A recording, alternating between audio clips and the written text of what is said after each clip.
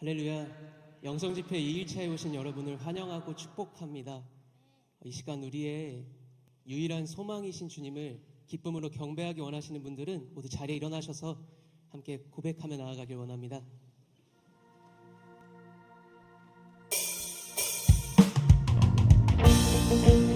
할렐루야. 주님만이 우리의 유일한 소망이시며 만왕의 왕 되심을 고백하며 나아갑니다.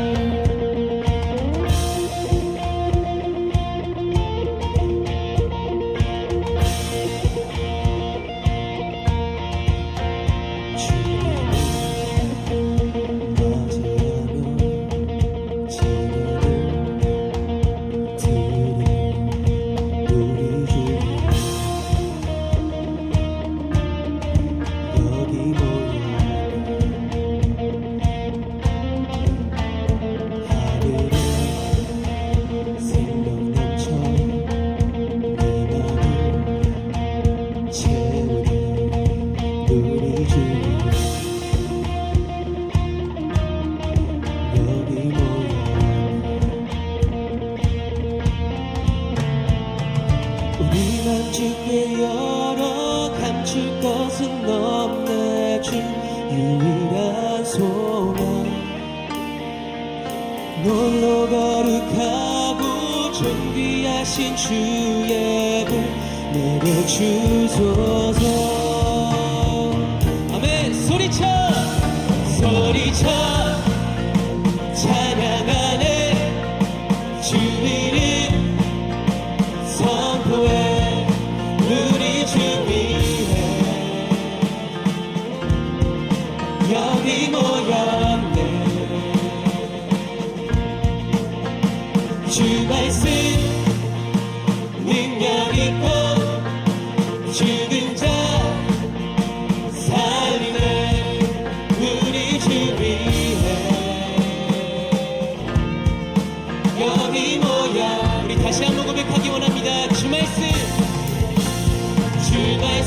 능력 있고 네. 죽은 자 살리네. 우리 주 위에 여기 모였네. 우리 맘 주께 열어. 우리 맘 주께 열어 감출 것은 없네. 주 유일한 소망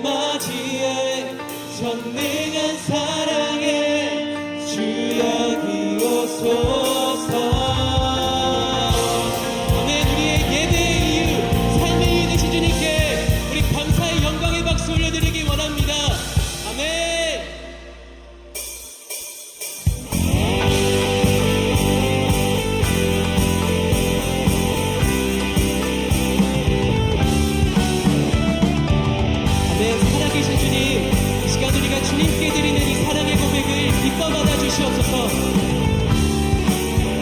거룩하신 전능의 주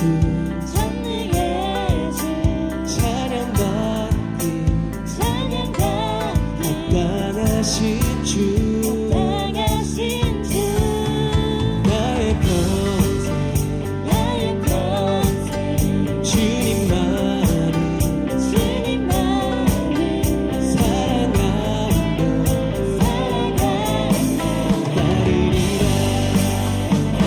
네, 찬양하며 경배해 귀하신 만왕의 왕 주님 앞에 엎드려 사랑하며 높이리.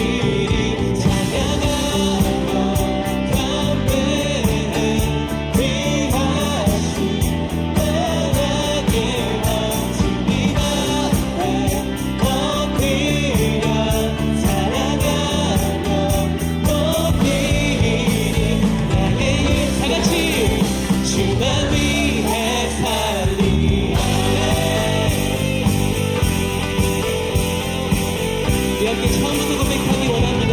거룩하신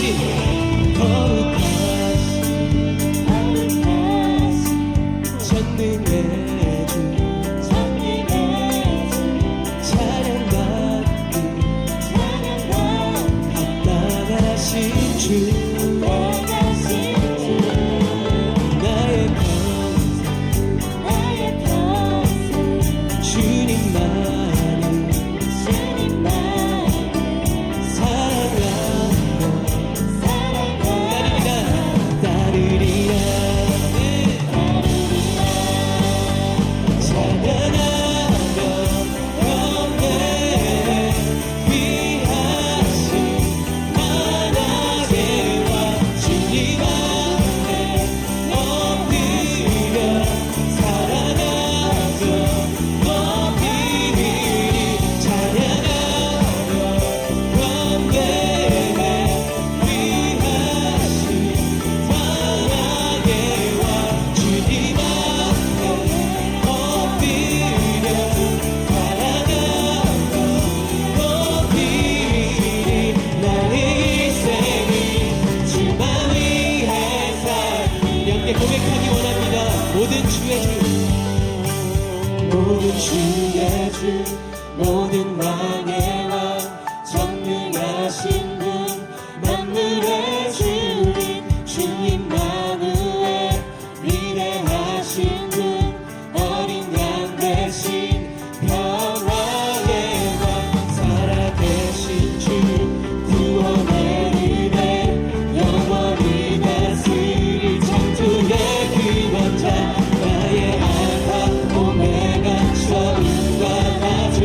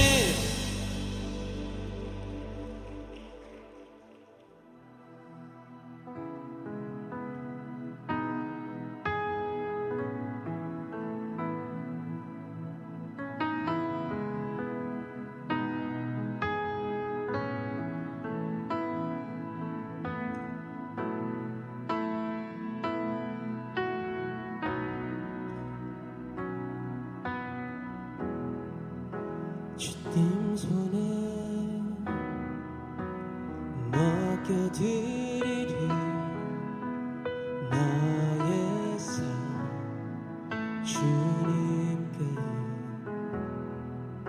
주님 손이 나의 삶 붙드네. 나 주의 것 영원히.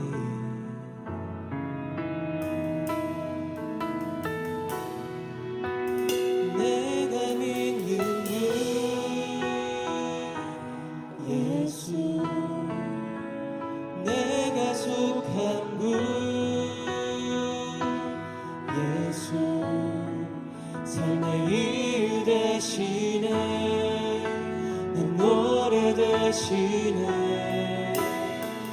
전심으로 우리 함께 처음부터 고백합니다.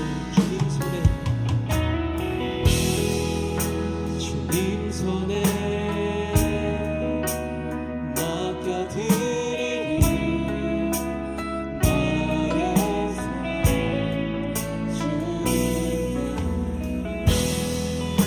주님 손이 나의 삶 붙드네. 나 주의 우리 2절로 고백합니다. 주와 함께 걸어가리라 모든 길을 주시네. 주 뜻 안에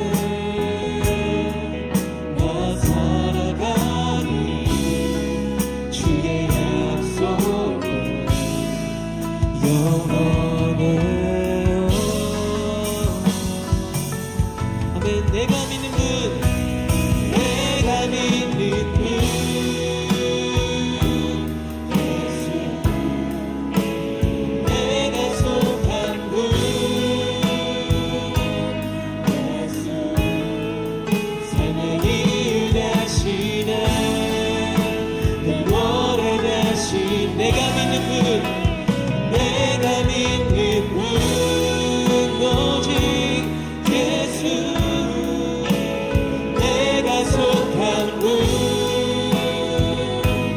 예수, 삶의 이유 되시네. 내 노래 대신 내가 믿는 분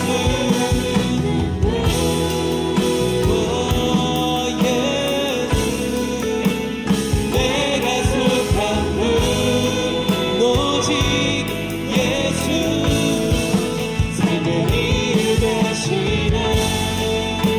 내 노래 되시네. 전심으로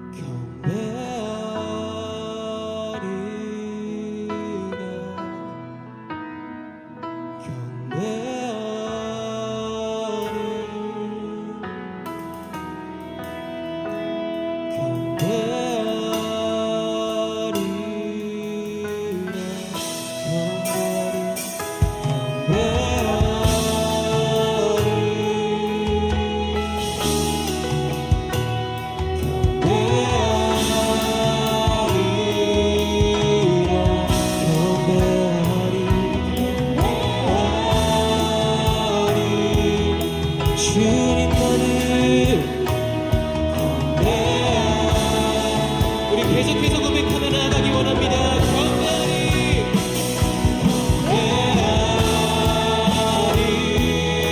주님 한 분만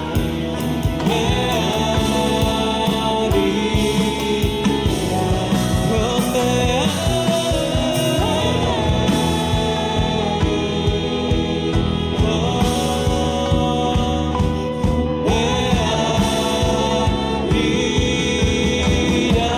내가 믿는 분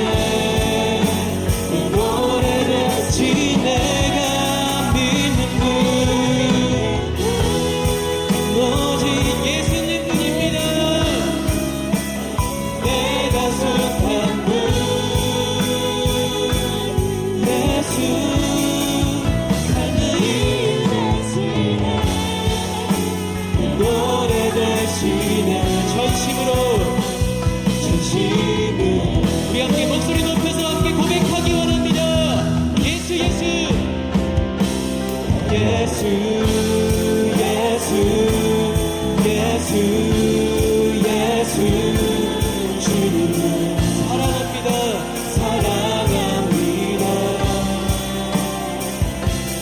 예수 예수 예수 예수 사랑합니다 예수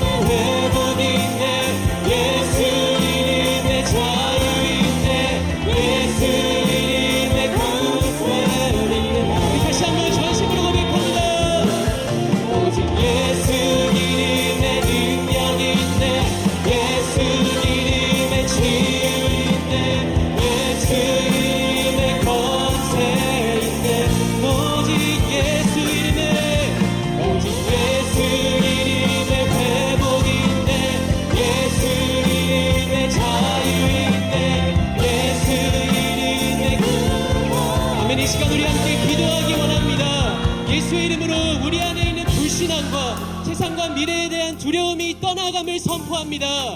오직 하나님만을 바라보며 주님을 기쁘시게 하는 삶, 온전히 주님과만 동행하는 삶을 살아갈 수 있는 우리가 되게 해달라고 이 시간 우리 함께 기도하며 나아가겠습니다. 주여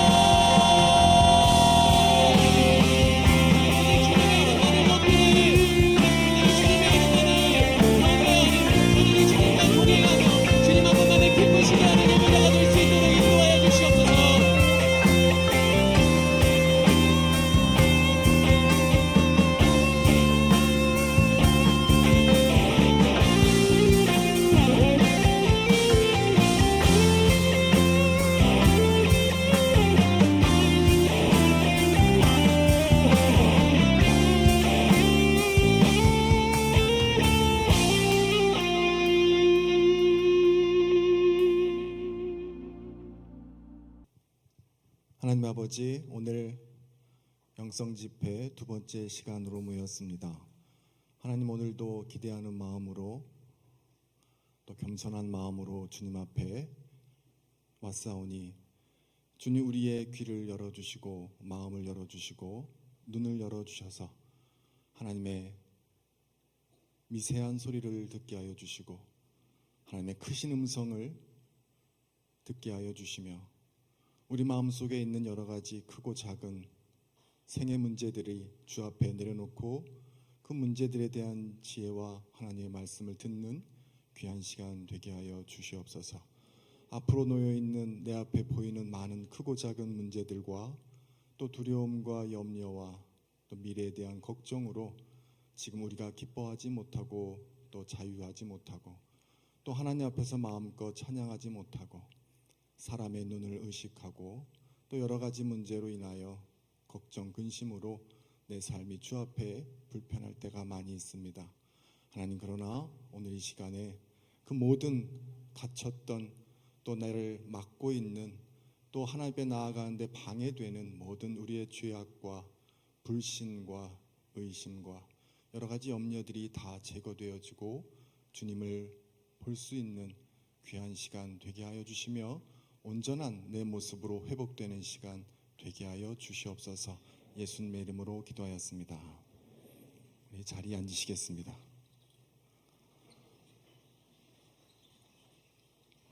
우리를 대표해서 우리 임현진 우리 총대학원 학생회 회장께서 나오셔서 기도해 주시겠습니다. 같이 기도드리겠습니다. 그런즉 너희가 먹든지 마시든지 무엇을 하든지 다 하나님의 영광을 위하여 하라. 유대인에게나 헬라인에게나 하나님의 교회나 거치는 자가 되지 말고 나와 같이 모든 일에 모든 사람을 기쁘게 하여 자신의 유익을 구하지 아니하고 많은 사람의 유익을 구하여 그들로 구원을 받게 하라. 아멘.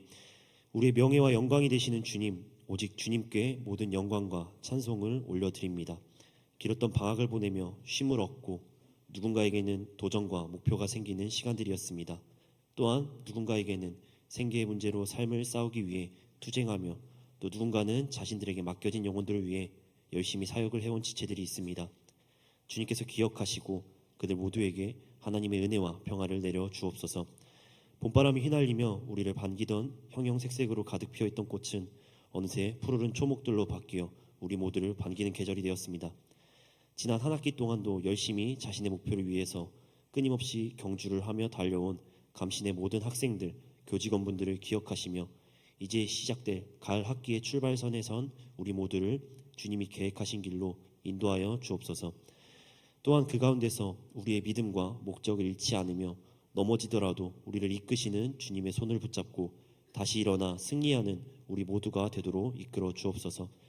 그리하여 우리의 모든 일들이 다 나의 것이 아닌 하나님의 영광을 나타내며 살아가는 주님의 제자들이 되도록 인도하여 주옵소서. 오늘 말씀을 전하시는 천영태 목사님을 위해서 기도합니다. 목사님의 가정과 또한 섬기시는 교회 가운데 하나님의 은혜 내려주시고 하나님이 보시기에 선하고 아름다운 가정과 교회 되게 하여 주옵소서. 이 시간 말씀을 전하실 때 듣는 우리와 전하는 목사님이나 모두 하나님의 놀라운 은혜를 경험하는 시간이 되도록 이끌어 주옵소서. 마지막으로 학교를 위해 기도합니다. 배움과 즐거움 또 건강한 학교를 세우고자 노력하시는 총장님과 스승으로서 참된 가르침을 전하기 위해서 노력하시는 교수님들, 그 밖에 행정과 여러 업무들로 학교를 섬기는 직원분들을 기억하시고 일을 할 때에 지치지 않는 체력과 건강 잃지 않도록 주님 함께하여 주옵소서. 마지막으로 감신에 속한 모든 학생들을 위해 기도합니다. 공부하는 가운데 또 교회를 섬기는 가운데 어려움이 있더라도 주님과 함께 잘 이겨낼 수 있도록 넘어지더라도 다시 일어나 믿음의 경주를 끝마칠 수 있도록 우리를 이끌어 주옵소서. 이 모든 말씀 언제나 우리를 사랑하시는 예수 그리스도의 이름으로 기도합니다. 아멘. 네, 함께 나눌 하나님의 말씀은 사도행전 16장 6절부터 10절에 있는 말씀입니다. 제가 봉독하겠습니다. 성령이 아시아에서 말씀을 전하지 못하게 하시거늘 그들이 부르기아와 갈라디아 땅으로 다녀가 무시아 앞에 이르러 비두니아로 가고자 애쓰되 예수의 영이 허락하지 아니하시는지라. 무시아를 지나 드로아로 내려갔는데 밤에 환상이 바울에게 보이니 마게도냐 사람 하나가 서서 그에게 청하여 이르되 마게도냐로 건너와서 우리를 도우라 하거늘 바울이 그 환상을 보았을 때 우리가 곧 마게도냐로 떠나기를 힘쓰니 이는 하나님이 저 사람들에게 복음을 전하라고 우리를 부르신 줄로 인정함이러라. 아멘. 여러분 반갑습니다. 반갑습니다, 여러분. 옆에 있는 분하고 함께 인사할까요? 하나님이 당신을 사랑하십니다. 여러분 요즘 마음이 어때요? 예? 좋아요? 저한테 한번 좀 물어봐 주실래요? 요즘 제가 하나님하고 관계가 서먹서먹해요. 그래서 요즘 기도를 해도 대답도 안 하시고 응답도 안 하시고 뭐 이렇게 좀 서먹서먹한 관계가 있습니다. 왜 그러신지는 저도 잘 모르겠어요. 그래서 삐치셨나 아니면 제가 무슨 큰 죄를 저질렀나 또는 이런 여러 가지 어려운 일이라든가 이런 것들 뭐 실패라든가 이런 것들이 저 앞에 와서 이 환경 속에서 어떻게 하나님의 뜻이 무엇인가를 듣는 그런 시간을 갖고 있습니다. 모든 관계가 항상 좋을 수만은 없잖아요, 그죠? 좋을 수도 있고 또 이렇게 하나님이 저에게 침묵하고 계실 때도 있고 그런 관계가 이렇게 반복되는 게 우리의 인생이 또 신앙이 아닌가 생각이 듭니다. 자, 광고 말씀드릴게요. 지금 영성 집회 잘 진행되고 있습니다. 오늘도 역시 어제에 이어서 우리 정동교회 담임 목사님이신 천영태 목사님께서 말씀을 준비해 주셨습니다. 오늘도 여러분 큰 은혜 받으실 줄 믿고요. 미리 감사를 드립니다. 영성 집회에 관한 광고는 여러분 지난주와 동일하고요. 어제와 동일하고 특별히 폭력 예방 교육으로 진행이 됩니다. 다음 주 목요일 채플 시간 이것도 필수니까 여러분들이 생각의 채널을 바꾸자라는 내용으로 우리 조회정 선생님께서 강의해 주실 때 여러분 채플 시간으로 대체되는 것이지만 잘 참석하시길 바랍니다. 그리고 감사하게도 우리 최영태 목사님 교회 우리 감리교 합창단이 어제 수요 예배에 참석해서 교인 여러분들과 함께 또 큰 은혜를 합창으로 예배를 잘 드렸습니다. 우리 최영태 목사님께서 오늘 우리 강사로 오셨지만 또 어제는 우리 유경돈 총장님께서 또 말씀을 또 전해 주셨습니다. 그래서 한국 최초의 감리교회가 정동교회잖아요. 1800 몇 년이죠 목사님? 15년, 우리가 1817년 2년 차이로 우리는 한국 최초의 신학교, 한국 최초의 감리교회 이렇게 최초끼리 모여서 함께 집회를 갖고 있습니다. 이 시간에 우리 목사님 나오셔서 섭리라는 말씀으로 전해 주실 때에 큰 은혜 받으시기 바랍니다. 우리 목사님 나오실 때 박수로 환영하겠습니다.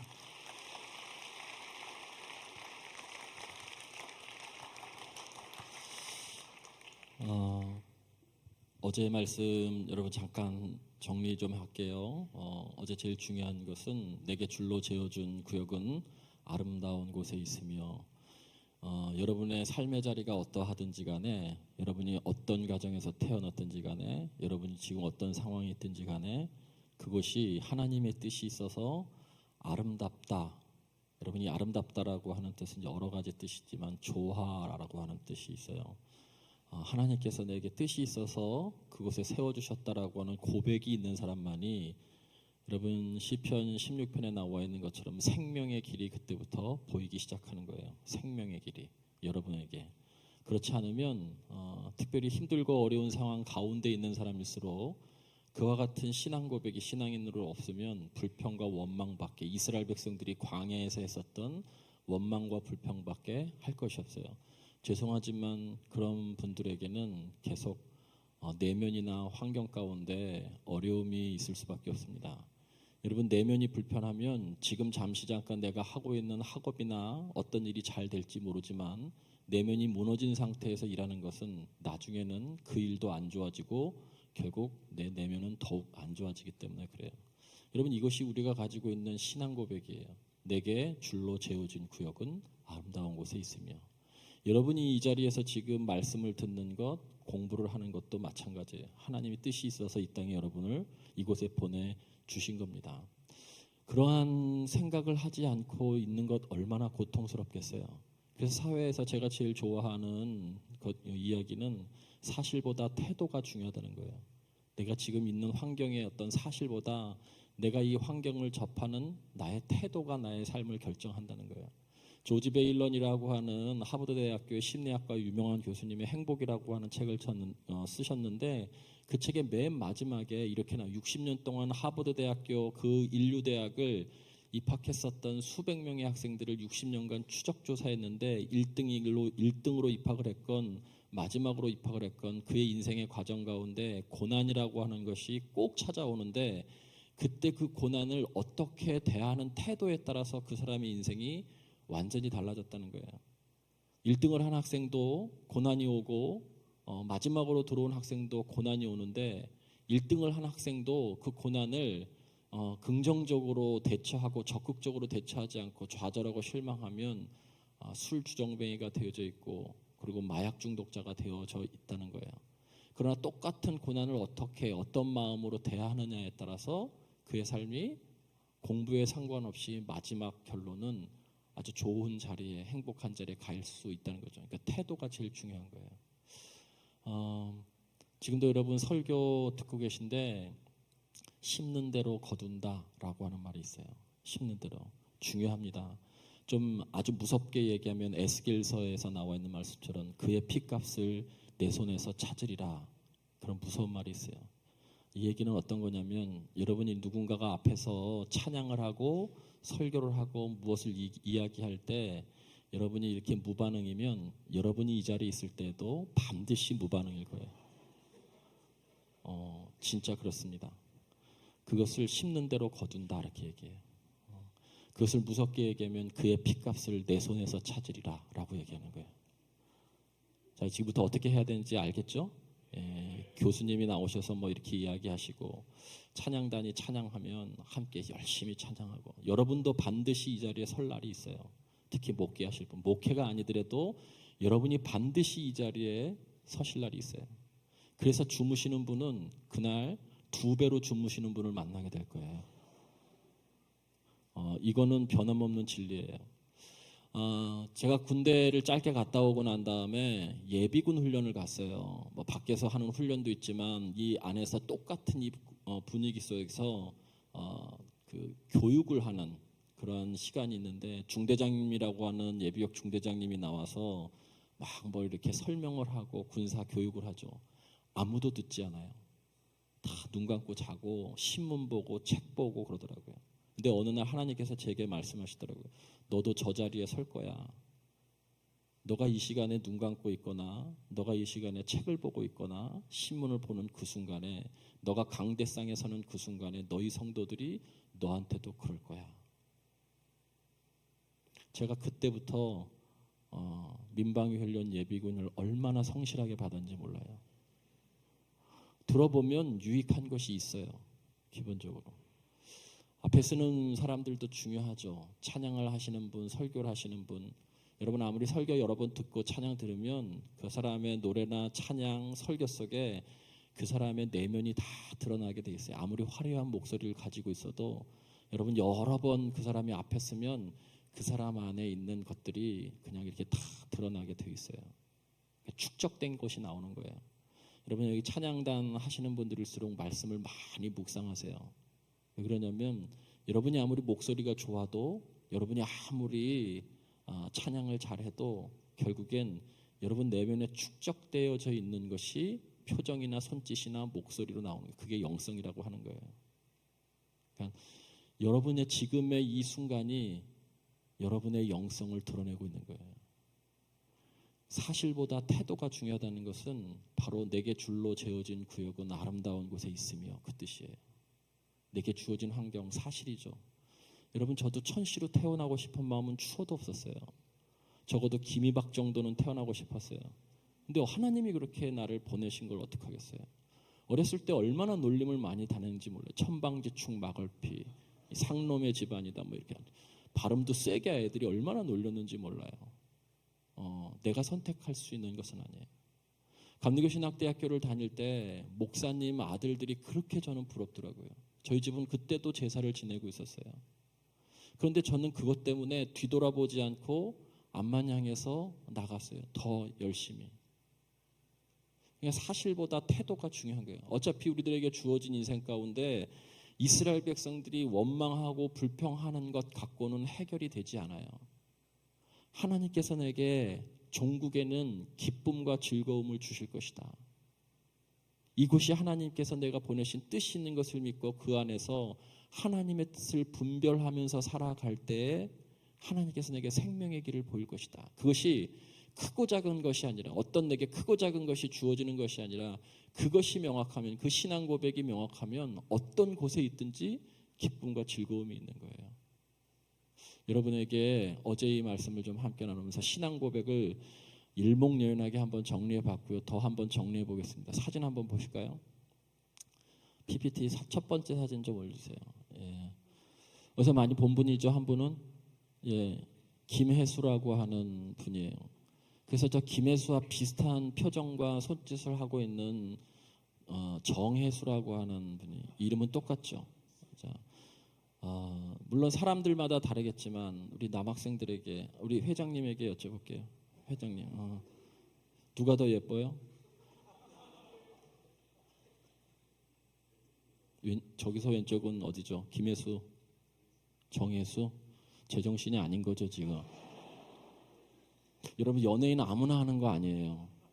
저도 한번 멀리서 봤는데 정말 그 요즘 뭐 이렇게 미모에 대해서 평가하면 안 되니까 우리들끼리 얘기하면 예쁘고 아름답고 뭐 모든 아우라도 뜨고 그러더라고요.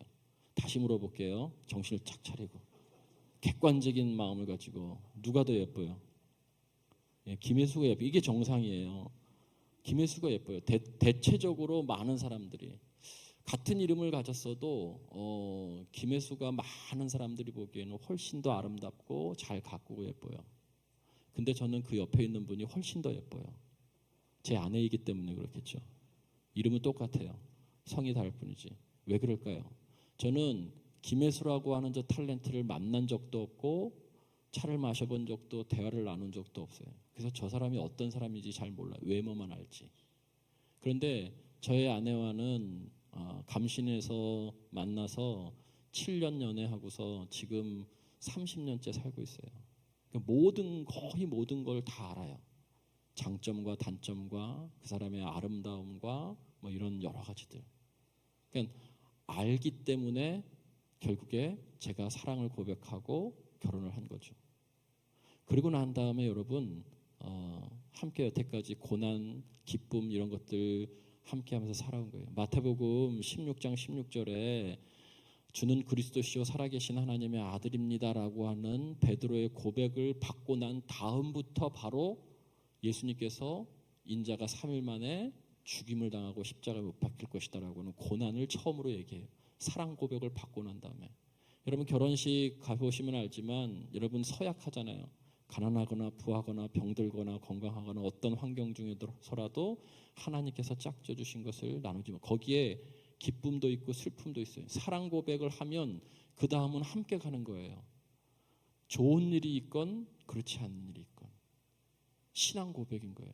내게 옥토가 주어지던 박토가 주어지던 그것은 그분의 뜻이 있는 거예요. 여러분 그분의 뜻을 발견하는 게 뭐냐? 그게 섭리예요. 분별하는 거예요. 분별이 잘 돼야 구별된 삶을 살 수 있어요. 우리가 아무리 구별된 삶을 살려고 애를 써도요.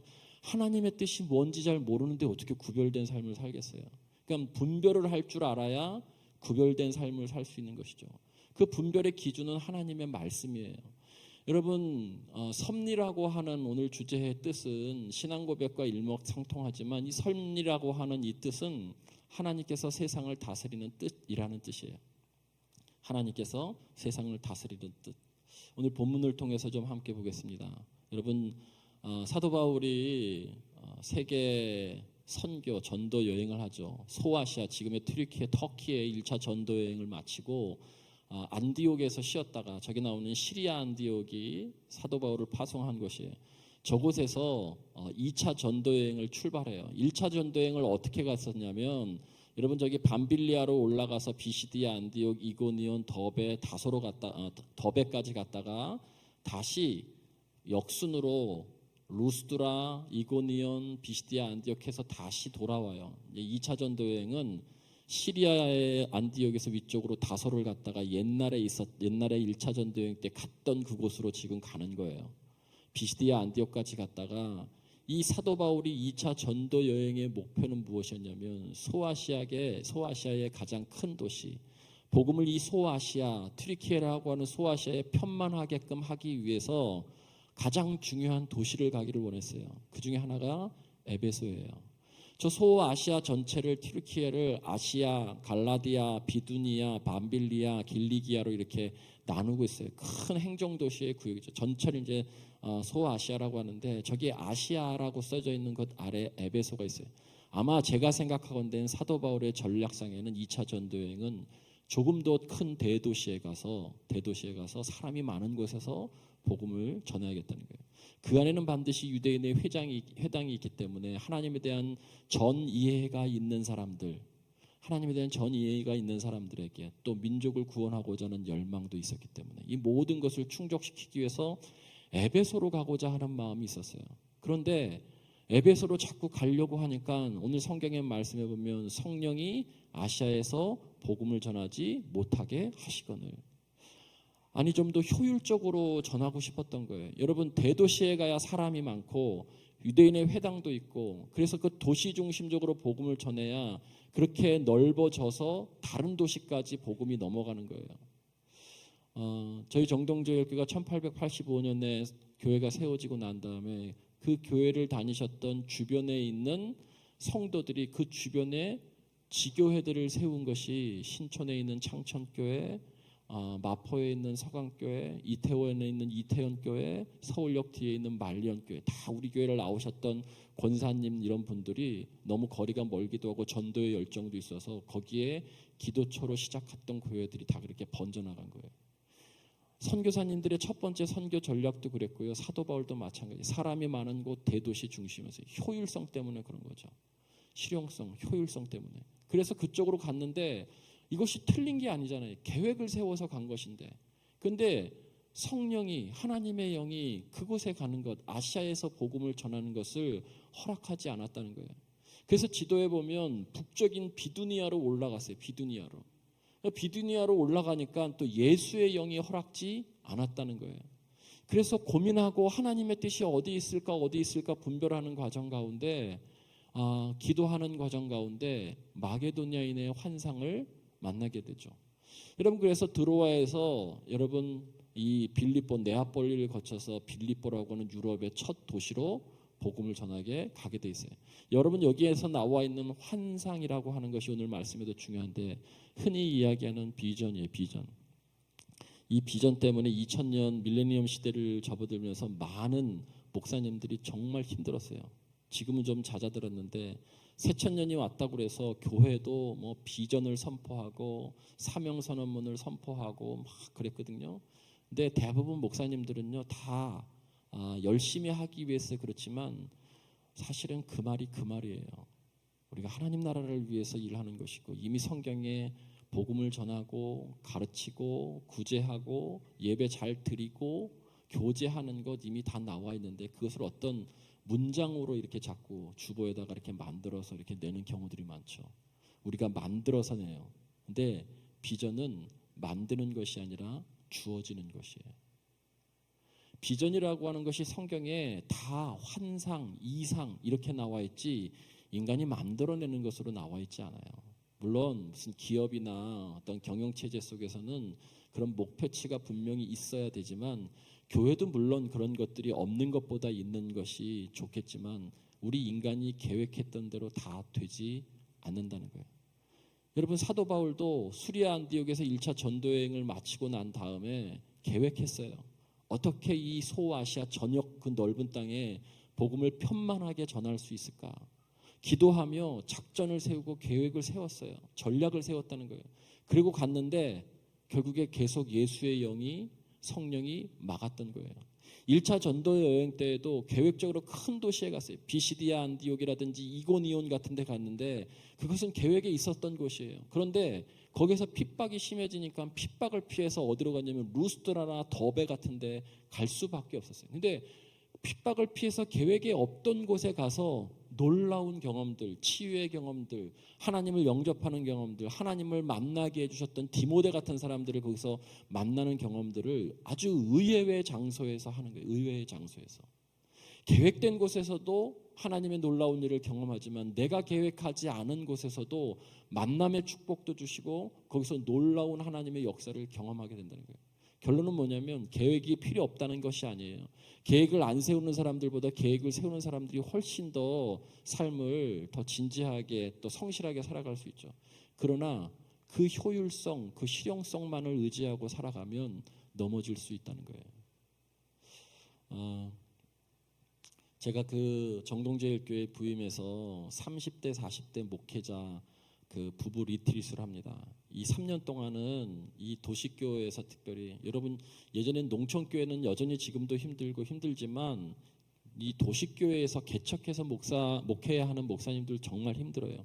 전세 시대 때는 좀 덜했는데 다 월세잖아요. 그 월세도 내야 되고 본인의 생활비도 있어야 되고 사역도 해야 되고 하니까 정말 옛날보다 훨씬 더 많은 재정적인 부담이 있어요. 그런데 그분들 중에서도 30명, 60명, 70명 막 이렇게 성장시키는 30대, 40대 열심히 목회하시는 목사님들이 계셔서 제가 그분들을 3년 동안 한 번은 제주도에서 한 번은 속초에서 그리고 다음 주 월요일부터 수요일까지는 우리 교회에서 코리아나 호텔을 잡고서 우리 교회에서 거기서 여러 가지 아침과 저녁에는 강의를 좀 듣고 우리가 원하는 내가 원하는 강의가 아니라 그분들이 원하는 강의를 좀 듣게 하고 나머지 시간에는 본인들 이야기 많이 하고 그리고 또 밖에 나가서 좀 쉬는 그런 거예요.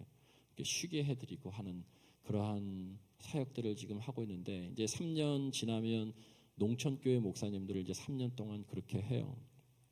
여러분 그런데 그분들에게 제가 늘 강조하는 것이 있어요. 뭐냐면 빨리 개척교회를 빨리 지하교회를 탈출하기 위해서 본질보다 효율성을 너무 집중하는 경우들이 많아요. 어떻게 하면 사람들이 조금 더 모일까? 어떤 프로그램을 하면 사람들이 정말 더 많이 모일까? 거기에 너무 집중을 하다 보면서 본질을 잃게 돼요. 본인들이 정말 목사로서 해야 될 일들을 잃게 되는 거예요. 여러분들도 나중에 그럴 수 있어요. 근데 본질을 잃게 되면 잠시 잠깐은 그 프로그램이라든지 이런 것에 의해서 사람이 모일 수 있을지는 모르지만 결국엔 나중에 다 잃어버려요. 사람도 잃고 자신의 정체성도 잃어버리고 그래서 결국엔 다 그냥 탈진해버려요. 지하에서 지상의 교회로 넘어가는 거 쉬운 것 아니에요.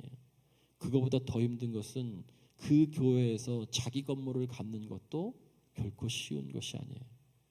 하나하나 넘어갈 때마다 이걸 넘어가기 위해서 엄청난 실용성과 효율성만을 자꾸 강조하다 보면 자신도 지치게 돼요. 왜 그러냐면 내 계획대로 되지 않을 때가 훨씬 많기 때문에 그래요. 지금도 내가 처음에 얘기했었던 내 계획대로 여러분이 지금 도와주지 않고 있어요. 눈 뜨세요. 눈 뜨세요. 사실보다 태도, 여러분 나중에 심는 대로 거둔다니까요. 여러분 여기서 핸드폰 보면 여러분이 이 자리에 섰을 때 핸드폰 봐요. 저도 지금 심는 대로 거두는 거예요. 저도 지금 거두고 있는 거예요. 반성하면서. 학교 다닐 때 얼마나 저도 많이 그랬겠어요. 얼마 안 남았으니까 저 좀 이렇게 보시고 지금도 어제도 너무 잘 들어주셔서 감사하고 오늘도 잘 들어주시는 분들이 있는데 제 눈은 잘 들어주시는 분보다 이상하게 안 듣는 분들에게 더 많이 가요. 저는 주일날 설교할 때도 잘 듣는 분에게 눈 안 보입니다. 눈싸움은 늘 안 듣는 분이랑 싸워요. 듣게 하기 위해서. PPT 잠깐 볼까요? PPT, 실용성의 추구보다 본질을 늘 성찰하는 것이 중요해요. 불연속성의 연속적 변화의 시대, 막 급변하게 어떻게 변할지 모르는 이 변화의 시대에 반사적으로, 순간적으로 그냥 이렇게 대응하려고 하는 그런 대응보다 나의 삶을, 나의 목회를 성찰하는 반추적 본질의 성찰이 더 중요한 거예요. 반사적으로 대응하는 건 뭔지 알죠? 주먹이 막 날라오면 반사적으로 탁 막는 것처럼. 그런 어떤 시대에 어떤 물결이 온다고 해서 그것에 대해서 그냥 반사적으로 대응하는 것처럼 묵직하게 이 시대적 상황을 어떻게 본질적, 내 본질, 목회의 본질, 내가 가지고 있는 정체성으로 묵직하게 대응할 수 있을까를 고민하는 것이 훨씬 더 오래 갈 수 있는 거예요. 그런데 사람들은 자꾸 여기에 실용성, 효율성을 자꾸 이야기하는 거죠. 자, 한 장 더 넘겨볼까요? 단기적 실용성. 그래서 5개년 계획, 10개년 계획 이렇게 세우는데 단기적 실용성이 아닌 지속적 본질을 추구하는 거예요. 지속적으로 우리들이 해야 될 게 뭘까라고 하는 거죠. 그래서 임기응변 같은 것, 그 시대에 잘 나간다는 것, 유행하는 것, 관심을 갖지 말라는 것이 아니고요. 중요하죠. 그 시대의 트렌드도. 여러분 아테네가 그런 곳이었어요. 새로운 것을 늘 발견하려고 하는 그런 곳이었어요. 사도 바울이 유럽 전도할 때 아테네 같은 것. 그러나 무엇이 성경적인지 꾸준히 물으며 스스로 돌보는 것, 스스로의 삶의 상황들을 그 시세를 보는 것이 여러분 삶에 대단히 앞으로의 인생에 중요하다는 거예요. 이 효율성이 나와서 여러분에게 잠시 말씀드려요. 자, 한 번 더 넘겨봅니다. 이때 오늘도 성경에 가장 중요한 만남이 있는데 여러분 서로가 중요해요. 시행착오를 나누고 줄이는 방법은 혼자 각자 도생하는 것이 아니고요. 공동체가 함께 서로가 함께 격려하는 거예요. 격려하면서 지금의 상황을 함께 어떤 것인지 함께 나누고 학습하는 그러한 관계가 있는 것이 중요해요. 그것을 섭리적 관계라고 얘기하는 거예요. 오늘도 그것을 하나님이 말씀하고 있어요. 그런데 여기서 중요한 것이 격려라는 거예요. 한 장 더 넘겨보세요. 이게 한 장 더 넘겨보세요. 실천하지 않는 건 아무것도 하지 않는 것도 문제지만 잘못된 것을 실천하는 것은 본질적인 문제예요. 자, 한 장만 더 넘겨주세요. 긴 호흡으로 본질 성찰의 모임이 되었으면 좋겠다. 왜? 여러분이 이제 결국에 만나게 되는 만남의 사람들과 어차피 여러분 결과는 우리의 것이 아니라 하나님께 속한 것이기 때문에 이거 사실은 제가 길게 수련 목회자들에게 PPT 한 20장 정도 가지고 설명하는 건데 여러분에게 이 효율성의 문제가 나와서 잠시 잠깐 여러분에게 전합니다. 이럴 때 여러분이 이 시대에 급변하고 있는 상황 가운데서 임기응변적인 대응보다는 본질을 늘 성찰하고 무엇이 정말 본질인가라고 하는 본질 그것을 성찰할 때 롱런할 수 있어요. 30년 40년 목회를 할 수 있어요. 그때 혼자는 안 돼요. 여러분과 만나게 해주시는 섭리적 관계의 사람들과 함께 학습 공동체를 이루면서 하는 거예요. 그때 성경에서 나와 있는 서로를 돌보아라고 하는 성경 말씀이 히브리서에 있는데 서로를 돌보아 서로 격려하며라고 할 때 이 격려라고 하는 것이 정말 중요해요. 이 격려는 이런 거예요. 여러분이 생각하는 것이 어떤 것인지 모르겠지만 격려는 나를 자극해도 감사하게 받아들이는 것이 격려예요. 여러분 교회에서 저 같은 중장년의 장년들이 교회 예수 처음 믿고 교회 나갔었을 때 제일 힘들어한 것이 뭐냐면 새로 왔다고 축복성 불러주는 거 진짜 힘들어요. 혼자 일어나시라고 그래가지고 이렇게 손 다 해가지고 축복성이 좀 짧기나 했으면 얼마나 좋아요.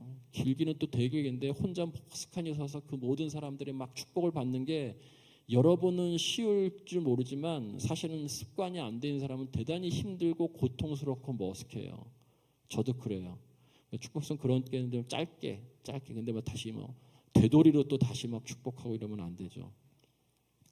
여러분 우리가 생각하는 격려라고 하는 것이 그런 거예요. 그냥 무조건 축복해주고 잘 될 거라고 얘기하고 그냥 너를 위로한다고 얘기하는 것이 격려가 아니에요. 진짜 격려는 서로에 대해서 아픈 얘기를 해도 감사하게 받는 것. 그게 진짜 격려예요. 그러려면 일단 서로의 관계가 그것을 받아들일 수 있는 관계가 돼야 되겠죠. 제가 학교 다닐 때 대학교 2학년 때 대동제라고 하는 것을 감리교 신학대학교에서 하는데 이 대동제 때 마라톤 대회가 있었어요. 상품이 걸려 있는 마라톤 대회. 개인이 있었고 혼성이 있었어요. 출발은 같이 하는데 남자 우리 학우들이 얼마나 이 상품에 눈이 멀어가지고 많이 출전했는지 몰라요. 그리고 이제 남자 여자가 뛰는 혼성이 있었어요. 저 달리기 별로 안 좋아합니다. 특히 마라톤. 그런데 이 모모라고 하는 그 당시에 같은 학번이었는데 나이는 저보다 한 7, 8살 많은 누나가 있었어요. 저한테 와갖고 영태야 혼성으로 마라톤을 뛰자는 거예요. 그래서 내가 싫다고 나 별로 안 좋아한다고. 어떻게 뛰냐면 여기 서대문으로 이렇게 나가서 종군당을 거쳐서 추계대 뒷골목으로 돌아와가지고 부가현동으로 해서 돌아오는 거예요. 꽤 길어요. 그런데 자꾸 저한테 얘기하더라고요. 부탁한다고 짝이 없다고. 근데 이 상품을 꼭 받고 싶다는 거예요. 그래서 어쩔 수 없이 그 누나 부탁 때문에 뛰었어요. 이게 막 이렇게 뛰고 하는데 누나가 뭐 거의 서대문 경찰서를 바라보고 우회전을 이렇게 노타리에서 우회전을 하고 조금 올라가는데 거기서부터 못 뛰겠다는 거예요. 짜증이 나가지고 누나 이러려고 뛰려고 그랬냐고. 나 하고 싶지 않았는데 난 내 나이 여하고들도 안 뛴다고 지금 이야기하고 커피 마시러 가려고 그랬는데 누나가 지금 부탁해서 누나와 나의 관계 때문에 막 주저앉더라고요. 그래서 이러려고 그랬냐고. 일어나라고 빨리. 이게 뭐냐고. 그랬더니 그 누나가 일어나더라고요. 그러기를 한 6, 7번 반복하더니 결국엔 뛰고 돌아왔는데 우리가 1등 했어요. 예. 이렇게 반응하세요 앞으로. 1등 했어요. 그래서 누나도 상품을 받고. 근데 그때 제가 아주 정말 그 누나와 가까웠기 때문에 짜증스럽게 얘기하면서 일어나라고 그러고 막 중간에 가다가 주저앉을 때마다 다시 일어나서 뛰어야 될 거 아니야. 얼마 남지 않았어. 여러분 이게 격려하는 거예요. 그 사람이 일어설 수 있게끔. 그런데 우리의 요즘의 격려는요. 그냥 무조건 감정적이야. 너 그냥 잘 될 거야. 너를 축복해. 하나님이 너를 사랑하셔. 대책 없는. 그런 게 위로가 될 또 티인가요? 또 티예요, 저. 여러분 다 F로 지금 이렇게 생각하고 있는데 저는 성경에서 이야기하고 있는 격려라고 하는 헬라어 원어를 여러분 잘 공부해 보세요. 그냥 이렇게 무조건 잘 될 거야 이런 뜻이 아니에요. 상대방이 나를 알고 나에 대해서 아픈 것까지 얘기해 주는 것을 기쁨으로 받아들이는 게 서로 격려하는 거예요. 그래야 성장할 수 있어요. 그래야 서로 성장할 수 있어요. 그냥 무조건 좋다고 얘기하고 잘 될 거라고 얘기하는 건, 칭찬은 고래도 춤추게 하지만 잘못된 칭찬은 아이들을 엄청 망가뜨릴 수도 있는 거예요. 성경에 이게 나오기 때문에 제가 말씀드립니다. 이 섭리라고 하는 것이 바로 그런 거예요. 여러분, 오늘 여기에 사도 바울의 인생관이 나와요. 다른 것보다 예수의 영이 허락지 아니하신지라, 성령께서 복음을 전하는 것을 허락지 않으신지, 이 두 가지의 이 고백 속에 사도 바울의 인생관이 나와요. 그것이 뭐냐면 섭리라는 거예요. 섭리라고 하는 것, 아까 말씀드렸던 것처럼 세상을 주관하시는 하나님의 뜻이에요. 내 삶과 내 주변과 이 인류의 역사 속에 하나님께서 움직이고 계시는 하나님의 뜻이 있구나라고 하는 것을 그가 인정하는 거예요. 인정하는 것. 그래서 사도행전 16장 10절 말씀에 우리를 이 마게도냐인의 환상을 통해서 유럽을 전도하게끔 허락하신 것을 인정함이로라 라고 얘기하고 있어요. 고백하고 있는 신앙 고백이기도 하면서, 그 신앙 고백은 어떤 것이냐면 하나님이 나와 내 삶의 주변과 주변의 만남과 그 모든 역사들을 하나님의 뜻으로 움직이고 계시는구나라고 하는 것을 여러분 인정하는 것이 섭리의 신앙이에요. 그리고 하나님의 섭리 이렇게 얘기하잖아요. 사도 바울이 어느 순간부터 그것을 분별해내기 시작한 거예요. 이 고백 속에 예수의 영이, 성령이 아시아에서 복음을 전하지 못하게 하시더라라고 하는 그 고백은 단순하게 전도에 대한 것만 들어있는 것이 아니고 자신이 점점 하나님의 뜻을 분별해내기 시작하는 거예요. 이 과정엔 나와 있지만 얼마나 많이 기도했겠어요.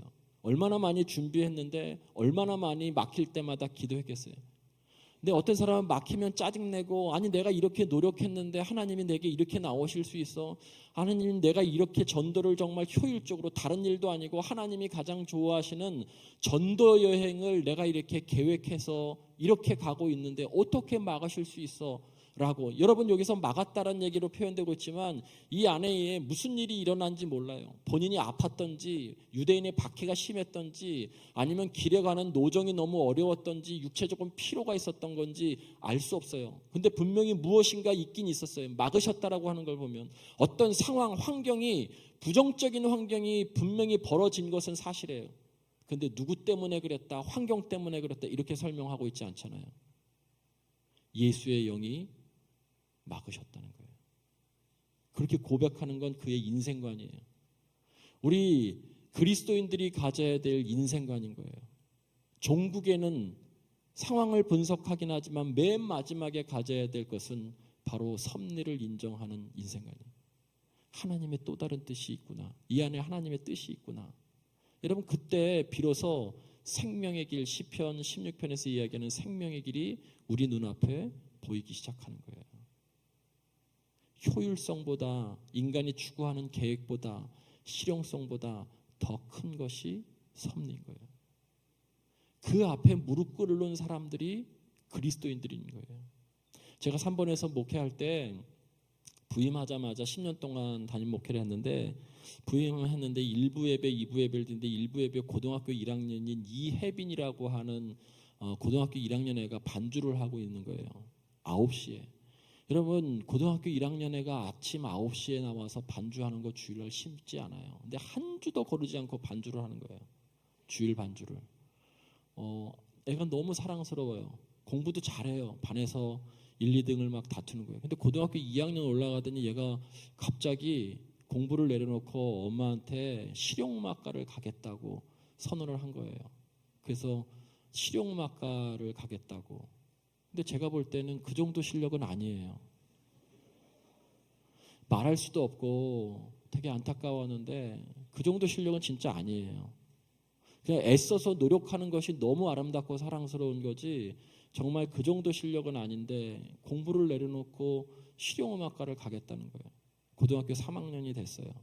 시험을 봤는데 떨어졌어요. 떨어질 줄 알았어요. 왜 그러냐면 실력이 안 돼요, 제가 봐도. 그래서 또 1년 동안 학원도 다니고 또 열심히 해서 두 번째 시험을 봤는데 떨어졌을까요? 떨어졌을까요? 떨어졌어요.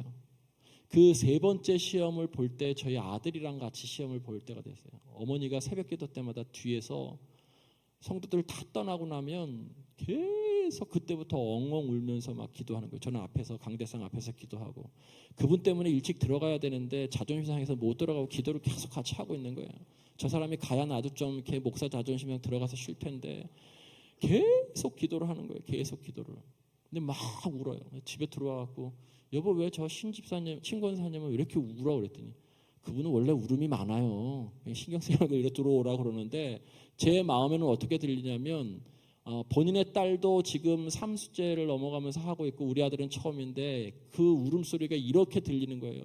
목사 너는 네 아들만 위해서 기도하냐? 내 딸은 위해서 안 기도해주고 이런 마음으로 들리는 거예요. 근데 결국엔 그 해 우리 아들은 떨어졌어요. 그런데 그 친구도 떨어졌어요. 얼마나 좌절이 심하겠어요.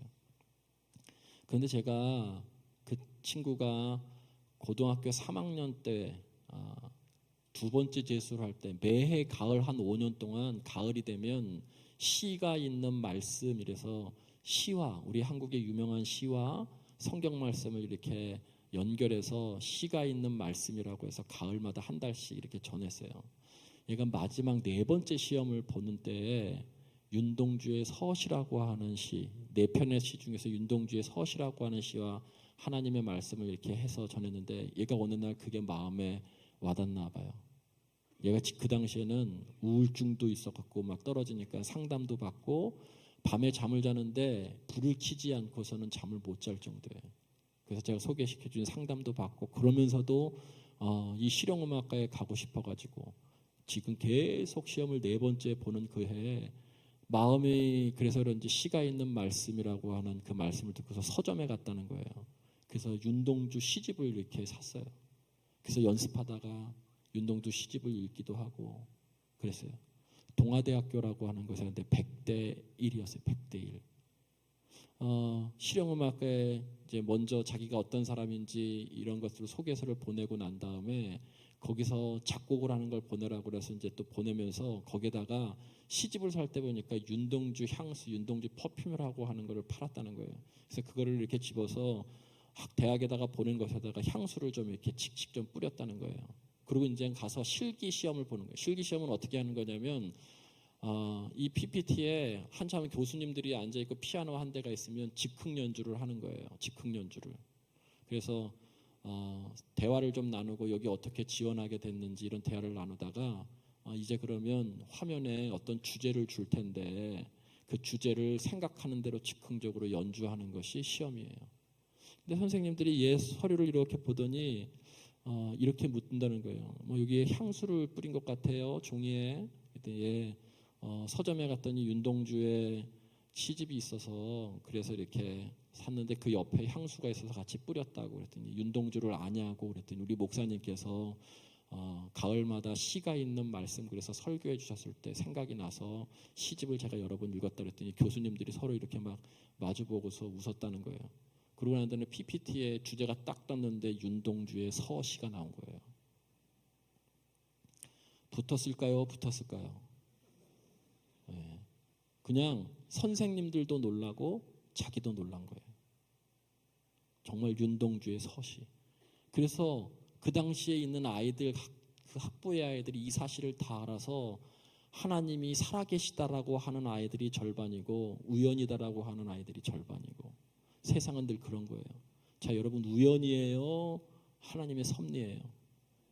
예, 지금 그렇게 진지하게 대답하시는 여러분에게 생명의 길이 보여요. 이렇게 과묵하게 입 다물고 있는 분들에게는 보일둥 말둥 할 것 같아요. 여러분 정말 그런 거예요. 어떻게 내가 내 삶에 대해서 고백하느냐에 따라서 확실히 달라져요. 걔는 지금 뉴욕의 유명한 음악대학 대학원을 다니고 있어요. 지금도 저에게 그 부모님들이 또 그 아이가 가끔 저에게 이렇게 살고 있습니다라고 하는 것. 성경에 향유를 부르는 막달라 마리아, 이 마리아에 대한 예수님이 말씀하시죠. 향유를 깨서 옥합을 깨서 부었던 그 마리아에 대해서 내가 평생 이 성경에 전하겠다. 그 말씀이 그 말씀이다. 내가 설교 어디 가서 하면 부흥회하면 늘 전하는 아이 중에 하나예요. 근데 그 아이는 흔들리지 않아요. 물론 여전히 흔들림이 있을지 모르겠지만 그 섭리를 한번 체험해 봤기 때문에 자기의 신앙 고백이 있었기 때문에 여러분 흔들리지 않아요. 근데 이게 고백되지 않고 이것을 인정하지 않는 생명의 주권자요 나의 모든 것을 움직이시는 분이 하나님이라고 하는 것을 고백하지 깊은 고백이 없는 체험이 없는 사람은요 늘 흔들려요. 늘 흔들려. 그래서 체험하는 것이 대단히 중요해요. 사도 바울은 무엇인가 곤란한 막힘이 있었음에도 불구하고 내 전도 여행은 내 뜻대로 되는 것이 아니라 1차 전도 여행 때도 그랬고 지금도 그랬고 하나님께서 이끄시는구나라고 하는 것을 그가 깨닫기 분별하기 시작하면서 그가 고백한 거예요. 예수의 영이 허락하지 아니하시는지라. 여러분 이 고백이 한평생 여러분에게 있기를 주님의 이름으로 간절히 축원을 드립니다. 세상에 되어지는 일 가운데 하나님의 섭리를 보게 되기 시작한 거예요. 이게 생명의 길이에요. 내 주변에 일어나고 있는 모든 일들 가운데에서 하나님이 주관하고 계시는구나. 여러분 그 파도에 올라타기만 하면 되고요. 그 이끼 있으며 순종하면서 나아가기만 하면 되는 거예요. 그때 생명의 길이 보이는 거죠. 자, 오늘 또 한 가지 10절 말씀에 이렇게 말씀하죠. 바울이 그 환상을 보았을 때 우리가 곧 마게도냐로 떠나기로 힘쓰니 이는 하나님이 저 사람들에게 복음을 전하라고 우리를 부르신 줄로 인정함이라라고 있는 우리라고 하는 표현이 이 사도행전 16장 10절에 처음으로 나오기 시작해요. 그러면서 17장에 넘어가면 우리라고 하는 표현이 계속 반복돼서 나와요. 1차 전도여행을 떠날 때는요 바나바와 바울이 사울이죠. 이렇게 계속해서 이야기하다가 어느 순간에가 순게 바뀌어서 바울과 바나바가 이렇게 나오다가 여러분 2차 전도여행 때 우리라고 하는 표현이 여기 처음 나와요. 여러분 원래 2차 전도여행을 떠날 때는요 마가를 데리고 가려고 했으나 여러분 잘 아시는 것처럼 마가가 1차 전도여행의 중도에 포기함으로 인해서 바나바가 마가를 데리고 구브로 섬으로 갔고 사도 바울은 실라를 선택해요. 계획이 없던 사람이에요. 이것이 하나님이 만나게 해주신 섭리적 관계예요. 우리가. 그런데 가는 과정 가운데 다소를 거쳐서 더베를 거쳐서 루스드라에 가서 디모데라고 하는 아들과 같은 평생 동역자를 만나죠. 거기서 전혀 예상하지 못했던 곳에서. 근데 더 예상하지 못했던 곳은 어디냐면 드로아에서 마게도냐 이제 빌립보로 넘어가는 그 드로아에서 누구를 만나냐면 사도행전의 저자인 누가 의사를 만나요. 평생 사도 바울의 주치의였던. 그래서 오늘 성경의 10절에 우리를 부르신 줄로 나를 부르신 줄로가 아니라 우리를 부르신 줄로 인정함이로라. 하나님께서 하나님의 일을 하는데 섭리적 관계 섭리 안에서 만나게 해주신 사람들을 만나게 해주셨다는 거예요. 축복된 만남 하나님의 일을 함께하는 만남 혼자가 아니라 함께하는 우리를이라고 나와요. 11장을 여러분 댁에 가서 보세요. 계속해서 그 우리 안에는요 이제 빌립보 교회의 첫 번째 여성도였었던 루디아가 우리 안에 들어가고 로마의 간수가 치유를 받았던 귀신 들린 여인이 그 다음에 유럽 전도를 하면서 만났던 브리스가와 아굴라가 베베가 디도가 여러 많은 사람들 로마서 16장 맨 마지막에 나와 있는 30여 명의 사도 바울의 모든 동역자들 우리가라고 하는 거예요. 하나님의 일을 하면서 관계가 점점 넓어져요. 물론 우리가 나중에 최종적으로는 이 사람도 죽고 저 사람도 죽고 단독자인 하나님만 만나게 되겠지만 이 땅에서 하나님께서 여러분에게 가장 원하는 것은 뭐냐면 그 섭리적 관계 안에서 만난 사람들과 하나님의 나라를 이루는 거예요. 여러분 그 첫 번째가 신학교인 것 같아요. 선배 잘 만나세요. 신학생을 만나지 신학생을 가능하면 그런 사람은 없겠지만 여러분 첫 번째 만나는 그 사람에 대해서 그 사람이 그 선배가 결국 여러분을 찬양팀으로 세울 수도 있고 운동권 학생이 될 수도 있고 길거리에서 노는 그런 쪽으로 갈 수도 있고 누구를 만나느냐가 우리 인생을 결정해요. 사도 바울은 섭리적 만남이 있었어요. 우리를 부르신 줄로 인정함이로라. 제가 아까 강조했던 것이 그예요. 서로 돌보아라고 하는 격려하며 혼자 힘으로는 되는 시대가 아니에요. 근데 우리의 마음은 자기중심성이 있어서 다 나 혼자 해보려고 하고 그런 거죠. 저희 친구들도 목회를 하면서 제가 몇 번을 얘기해요. 저 바쁨에도 불구하고 제가 일단 제일 뭐 그런 욕구가 많아서 그런지 아침에 모이면 야 이렇게 맨날 아침 먹고 그 친구들끼리 모여서 무슨 어떤 교회는 누가 부임했고 누구는 어떤 교회는 무슨 문제가 있고 뭐 어떤 그러는 삼자의 이야기지 말고 우리 이야기하면서 차라리 좀 책이라도 하나 읽고 써머리도 하고 물론 그런 얘기도 하지만 좀 이렇게 공부를 좀 했으면 좋겠다 그러면 하나같이 안 하려고 그래요. 근데 또 한 번 해봤는데 남의 것만 먹으려고 그래. 그러니까 자기는 준비 안 해오면서 친구 걸 꼭 이렇게 그리고 자기 거는 보여주려고 하지 않죠. 여러분 시험 공부할 때 여러분 열심히 공부해서 남 많이 보여주세요. 그 내가 공부한 걸 남에게 보여주면 그 받아보는 사람은요 그렇게 뭐 높은 점수 나오기 어려워요. 소화를 내가 했기 때문에 그래요. 그런데 요즘은 여러분 함께 마음을 내놓고 공부할 때 훨씬 더 그래서 학습 공동체 학습이라고 하는 거 옛날부터 지금도 그렇게 공부할 거예요. 목회자들도 마찬가지예요. 여러분 혼자 할 수 없어요. 이렇게 급변하는 사회 가운데. 그리고 본질을 추구하기 위해서는 사회의 시대가 나를 흔들고 있기 때문에 누가 나의 좀 버팀목이 돼줘야 될 사람이 필요해요. 그것을 성경에는 하나님이 만나게 해주시는 섭리적 관계라고 이야기해요. 사도 바울은 우리라고 이때부터 표현하고 있어요. 동역자들. 여러분 이 신학교에서 만남이 한평생 목회자의 한평생 여러분 살아가는데 만남이 돼요. 예를 들어 결국 여러분이 여기서 목회를 하신다면 여러분 여기서 만나게 돼요. 오늘 그 바울의 인생관이 여기 나와 있어요. 어제 말씀드렸던 우리는 결국 죽게 될 거예요. 죽음의 명확성 여러분 명확합니다. 모든 인간은 한 사람도 예외 없이 죽습니다. 언제 죽을지 몰라요. 모호성이 있죠. 이 명확성과 모호성 사이를 섭리를 인정하면서 그 뜻 안에서 살아가는 사람들이 그리스도인인 거예요. 여러분 이것을 인정하지 않고 명확성에 집착한 사람은 늘 죽음이 두려워서 죽음의 공포 가운데 살아요. 죽음이 두려운 것. 그리고 어차피 죽을 건데 이 땅에서 그냥 놀고 마시고 먹고 살자는 태도가 나올 수도 있어요. 모호성 언제 죽은지 모르는데 이걸 조절하려고 건강식 먹고 뭐 별의별 짓을 다 해보는 사람들 있어요. 그러나 우리가 다 조절할 수 있는 영역들이 아니에요. 이것을 주관하시는 생명의 주관자이신 하나님의 뜻을 이 가운데를 우리들이 채워가면서 살아가는 것 그분의 그 섭리의 뜻을 분별하면서 살아가는 것이 이 땅을 살아갈 때 가장 생명의 길이고 의미 있는 길이라는 거예요. 목사가 먼저 그 길을 목회자가 먼저 그 길을 먼저 믿는 그리스도인들이 먼저 그 길을 살 수 있게 되기를 주의 이름으로 간절히 축원을 드립니다. 마지막으로 여러분 그래서 하나님의 뜻이 결국 섭리인데 하나님의 뜻 여러분 잘 알잖아요. 항상 기뻐하라 쉬지 말고 기도하라 범사에 감사하라. 이것이 그리스도 예수 안에 있는 하나님의 뜻이니라라고 할 때 제일 중요한 여러 표현들 중에 제일 중요한 것은 항상 쉬지 말고 범사해라는 거예요.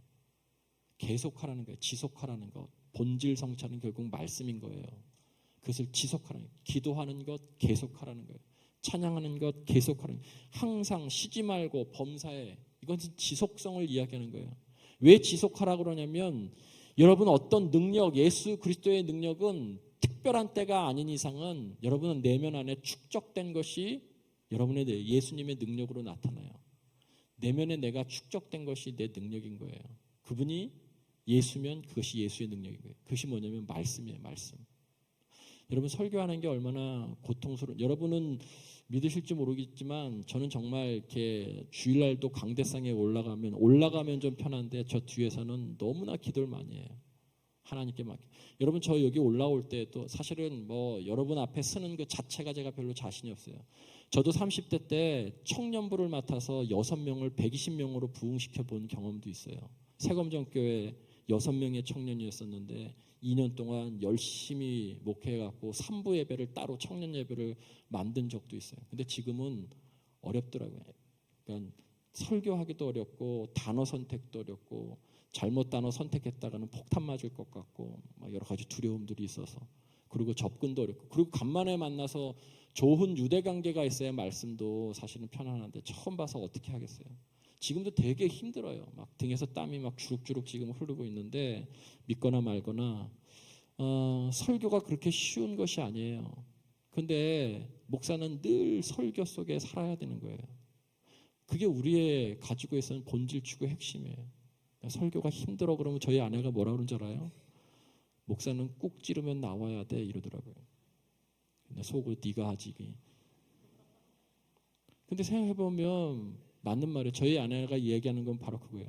축적되어 있는 거 줄이면 나와야지. 축적되어 있는 게 나오는 거예요. 항상 쉬지 말고 말씀을 그냥 꾸준히 한 절이라도 묵상하고 내 안에 채웠었던 것이 밖으로 나오는 거예요.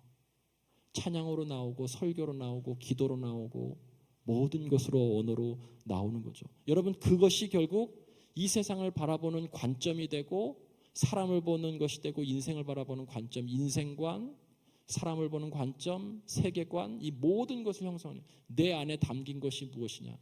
여러분 신학생들이 그리스도인들이 목사가 내 안에 담겨져 있는 최고의 본질은 뭐예요? 하나님의 말씀이에요. 말씀. 그것을 가장 열심히 공부해야 되는 것이 신학교인 거예요. 신학을 공부하며 기독교 교육을 공부하며 철학을 공부하며 상담을 공부하면서 함께 끊임없이 말씀의 묵상에 축적된 것이 여러분의 30대, 40대, 50대, 60대를 판가름할 겁니다. 어차피 이곳에 왔으면 여러분 거기에 본질에 집중해서 여러분 하나님과 함께 동행하면서 섭리 안에 사시는 여러분 됐으면 좋겠어요. 인자와 진리를 내게서 떠나지 말게 하고 그것을 내 목에 메며 내 마음판에 새기라. 항상과 같은 뜻이에요. 그래서 여러분의 표현으로 이야기하면 어떤 것을 알아내기 위해서 컴퓨터에 검색을 하잖아요. 그러니까 내면에 담겨져 있는 것이 있어야 빨리 검색을 해서 어떤 말씀이 나오죠. 요한복음 14장 말씀에 예수님께서 이제 십자가를 지고 이제 제자들과 헤어지려고 하니까 제자들이 얼마나 마음이 불편하고 두려웠겠어요. 그런 말씀을 자꾸 하니까 그때 예수님께서 이렇게 말씀하죠. 보혜사 곧 내 아버지께서 보내실 성령 그가 내게 가르친 모든 것을 생각나게 하리라고 얘기했어요. 너 두려울 때 내가 없더라도 내가 그동안 3년 동안 너에게 가르쳤던 그 말씀이 성령님께 기도하면 네 내면에 있었던 말씀이 떠오르게 될 것이라는 거예요.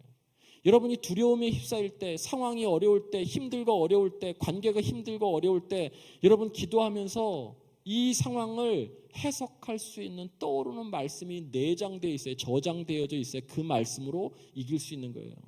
근데 저장된 게 없으면 떠오르는 것이 없어서 이 상황을 이기거나 극복할 수 있는 힘이 우리들에게 없는 거예요.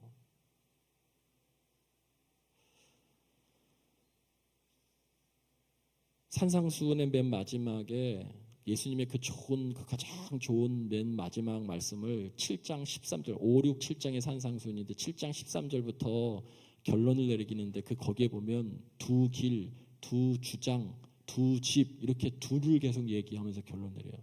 두 길, 좁은 길과 넓은 길, 두 주장, 말씀을 행하는 것과 행하지 않는 것. 그 다음에 좋은 나무와 나쁜 나무, 열매를 맺느냐 못 맺느냐. 근데 그 맨 마지막에 자, 이 말씀하고 이제 진짜 끝낼 거 20분이 돼서 두 집이 나오는데요. 이 두 집에 반석 위에 세운 집과 모래 위에 세운 집이 있어요.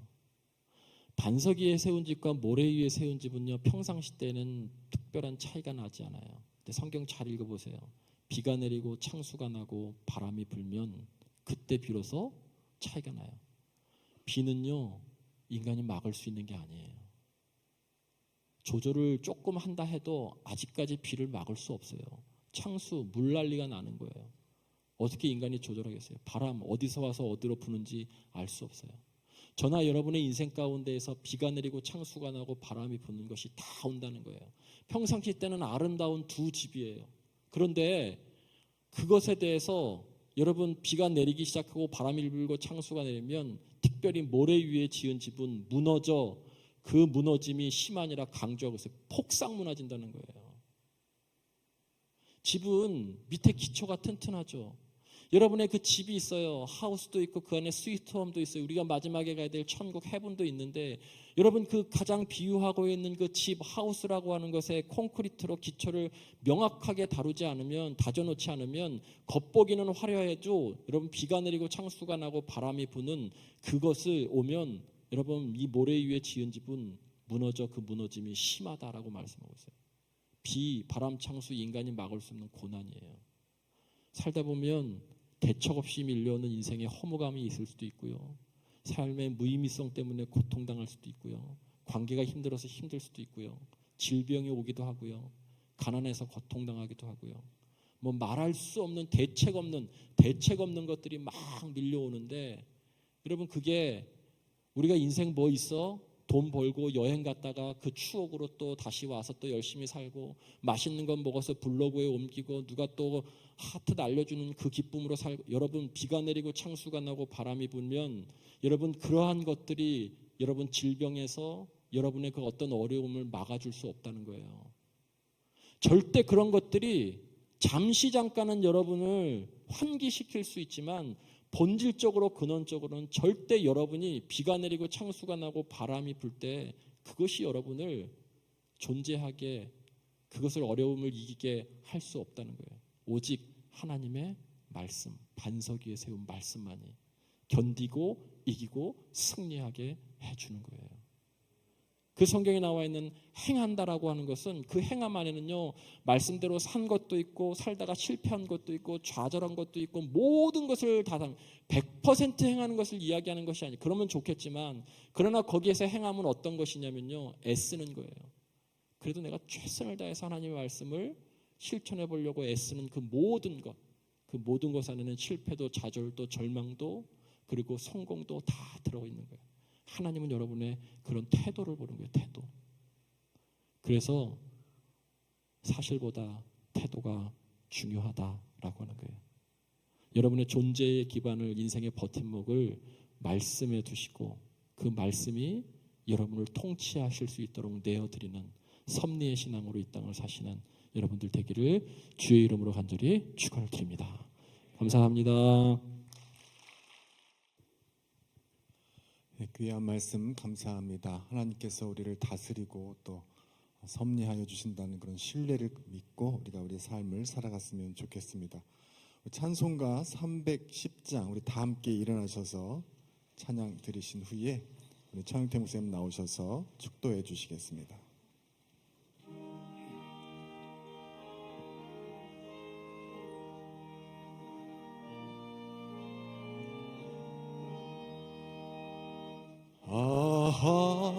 하나님의 은혜로 있을 데 없는 자 왜 구속하여 주는지 난 알 수 없도다.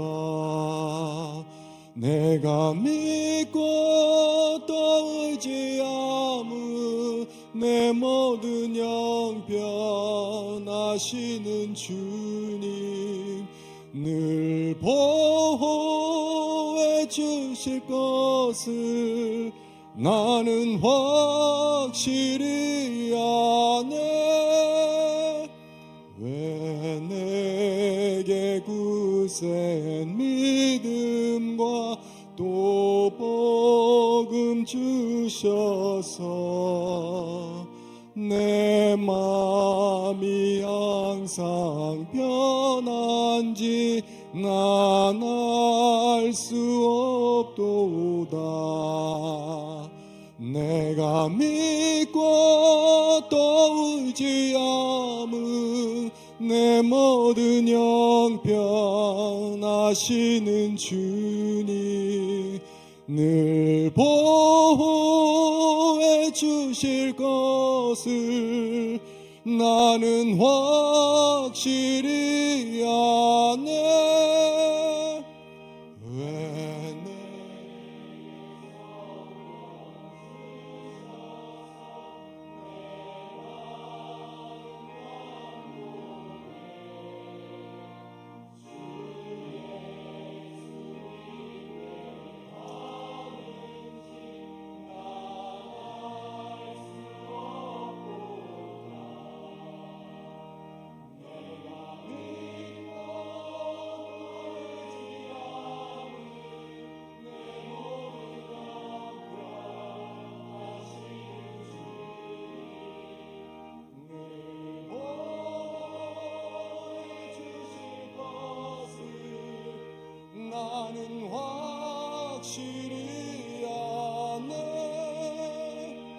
주 언제 강림하실지 혹밤에 혹낮에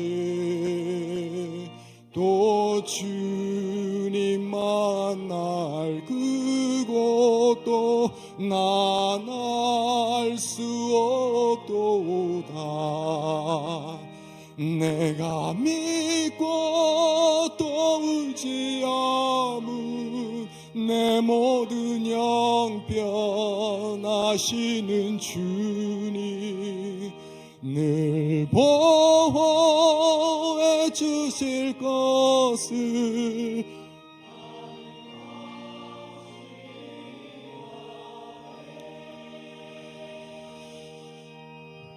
하나님, 이 자리에 계신 우리 학생들 한 분 한 분의 형편을 우리 자신보다 하나님께서 너무나도 잘 아실 줄 믿습니다.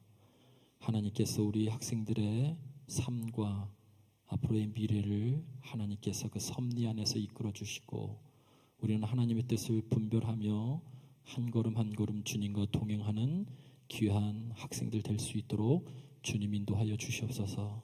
감리교신학대학을 축복하셔서 하나님 한국 교회를 이끄는 조금도 부족함이 없는 학교, 또 선지동산 될 수 있도록 하시고, 이 안에서 배출되는 많은 우리 지도자들을 통하여서 하나님의 나라가 될 수 있도록 이끌어 주시옵소서. 성부, 성자, 성령 삼일체 하나님의 은혜와 사랑과 축복하심이 이 자리에 함께한 모든 분들 위해 이제부터 영원토록 함께 하시기를 간절히 축원하옵나이다. 아멘.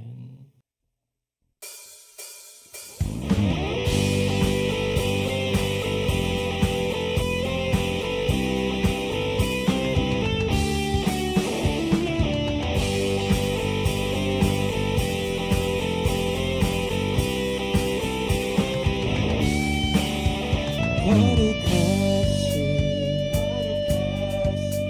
전능의 주 찬양받기 합당하신 주 나의 것에 주님만이 사랑하며 따르리라. 찬양하며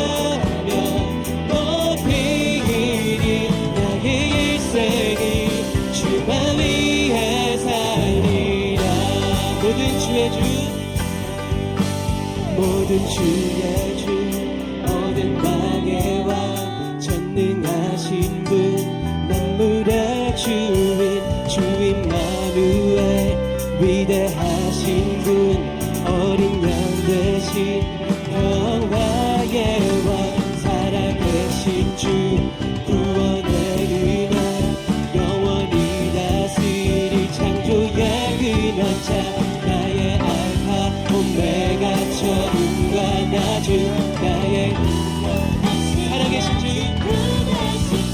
살아계신 주 구원의 은혜 영원히 다스릴 창조의 근원자 나의 알파 오메가 처음과 나중 나의 구원 메시아 친구 되신 분 나의 일생을 주만